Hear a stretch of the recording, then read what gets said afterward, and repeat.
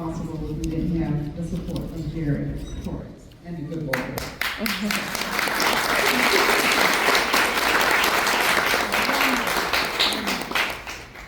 So at this point, I'd like to recognize Jerry. He's running for the 8th congressional seat, and he's going to retire fire. Amen.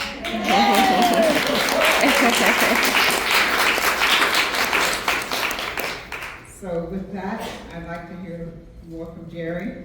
Jerry's going to introduce himself. He's a military soldier, and I'm not going to take anything away from him. He can explain everything that he's done. Jerry, please.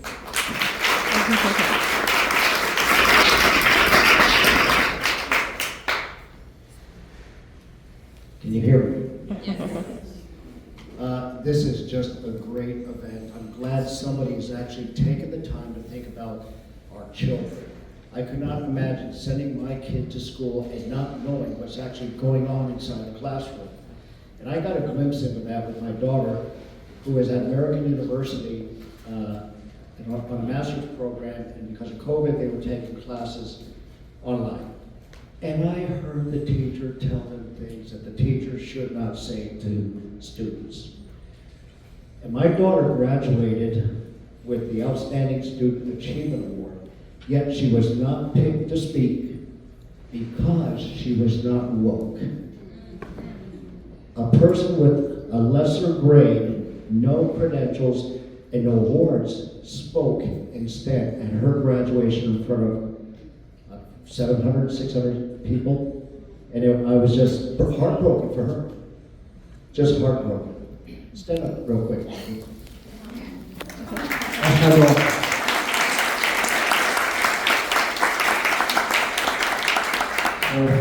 Education needs to be education. So let me just give you a little bit about my background, since I haven't met many of you. My name is Jerry Torres. I'm running for Congress in the 8th U.S. Congressional District right here in Northern Virginia. That primarily includes parts of Fairfax, all of Alexandria, all of Arlington, and then Springfield and some other places in between, and I've seen them all. And yes, ma'am. A little bit of McLean. A little bit of, I was there the other day with my good friend, and I got kicked out of McLean. I know, we went door knocking, nobody answered the door, so that's okay. Okay, so Greg, we need to go back to McLean. Let's revisit that next. I have your signs up. Good. I retired from the United States Army Special Forces after nearly 30 years of service. I enlisted when I was a teenager and retired at the rank of Master Sergeant. During my military career, I served in combat, counter-drug, counter-terrorism, peacekeeping, foreign internal defense, and anti-human trafficking missions in the United States and on every continent. And I actually spent time with the Joint Task Force on our southern border with Mexico, and that obviously is a disaster. I was also a teacher. I'm not a teacher, but I was a teacher at the School of the Green Beret, the U.S. Army JFK Special Warfare Center, Fort Bragg, North Carolina. So I know what it is to keep training, teaching standards. And the United States Army, Green Berets, produce the best troops in the world because we maintain that standard. And we need to bring that standard back to our education system and get the wokeness out. So during my military career, I was not a hero. I served faithfully side by side with my fellow American troops of all branches of service, and we have probably every branch of service represented here, including the Air Force, during times of peace, conflict, and war. After retiring from the military, I built a global business that generated nearly $1 billion with 8,600 employees in 40 countries in 10 years, and after that, I retired. And throughout my adult life, I've donated to and worked with at-risk and vulnerable people and populations, disaster recovery and relief missions, and environmental expeditions in the United States and around the world. And I've even built schools and libraries in South America, Central America, Africa, and the Middle East. Now, that doesn't make me an educator, but I understand the need for education. And I'll bet you $1,000 those schools do not have indoctrination going on. In fact, I don't want to keep interjecting with my actual speech, but do you know when I travel around the world, and I travel quite a bit, every country I go to says, you know, what the heck is going on in your schools? And they think it's ugly and weird. You know, they're just kind of creeped out. You know, there's a saying in most countries, it goes something like this: when America sneezes, the rest of the world catches cold. So we gotta unsneeze us, right? We need to plug our nose and quit doing that. I'm a single parent, and I raised my wonderful daughter. You just met her. Her name is Valeria, by myself, after her mother passed away of cancer many years ago at an early age. So it's just been her and I since that time. So I'm running for U.S. Congress because our children's education is deteriorating, and we all see it. It happens every single day. It's just not on the news. It's in the classrooms, it's in the schools, and it's in our homes, because we have to deal with the results of that situation. And it began decades ago when the woke ideology and indoctrination snuck into our schools behind our backs. We didn't even know what was going on. We had no idea what was going on. And you know, there's only one blessing from COVID. It's that exposed what was actually happening in our school. And I don't want to dismiss the millions around the world that passed from that. My dad had COVID. When he passed away, he also had cancer too, but that COVID didn't help. Friends and family members have passed from COVID. I'm sure everybody has the same experience. But without that, we would not know what's going on in our schools. Now our schools are indoctrinating our kids in CRT. That's dividing them.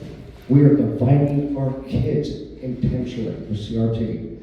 Our schools are teaching sexual topics that are abnormal, perverse, and pornographic. And I'm a Green Beret, I can take most anything. But doggone it, when I saw some of the material and read some of the material that kids are getting it, in 6th grade, I was disgusted. And it takes a lot to disgust me. But I was just broken and hurt that our kids are going through that experience. Our schools are coaching and mentoring our kids, helping them along the way to become transsexuals. Now, what business does a school have in doing that to our children? They don't. They are teachers. They are supposed to be teachers. They are our guides. When I think back to my days in school, I revered my teachers. I mean, without Mrs. Thompson and Mr. Sands, I would not be able to speak to you today. They exist, and they exist for a reason. And they prop me up. I can trace my success back to my teachers. Our schools continue to fight against parental rights in the classrooms. And, just going back, we didn't have to worry about that in the past, but now we do. Now we have to worry about parental rights. Now we have to grant parental rights. The parents need to know what's going on with their kids inside those classrooms. And here's one that's new, and I can blame my opponent, Don Byer, the incumbent on this, for this.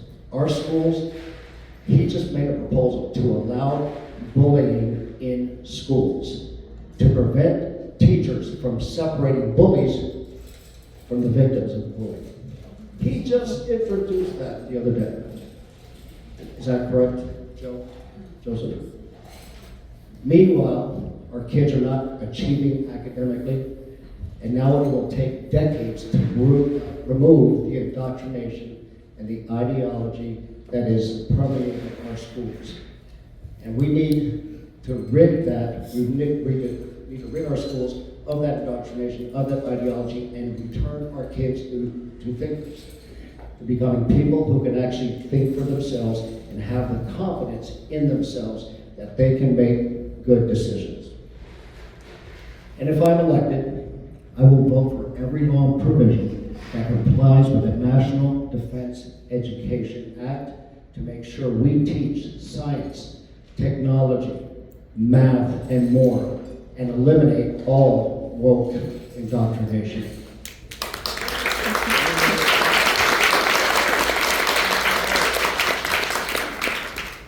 So my name is Jerry Torres. I'm running for Congress here in the 8th U.S. Congressional District in the great Commonwealth of Virginia to give our children the world-class education they greatly deserve so they can achieve their dreams and reach their aspirations. Thank you so much.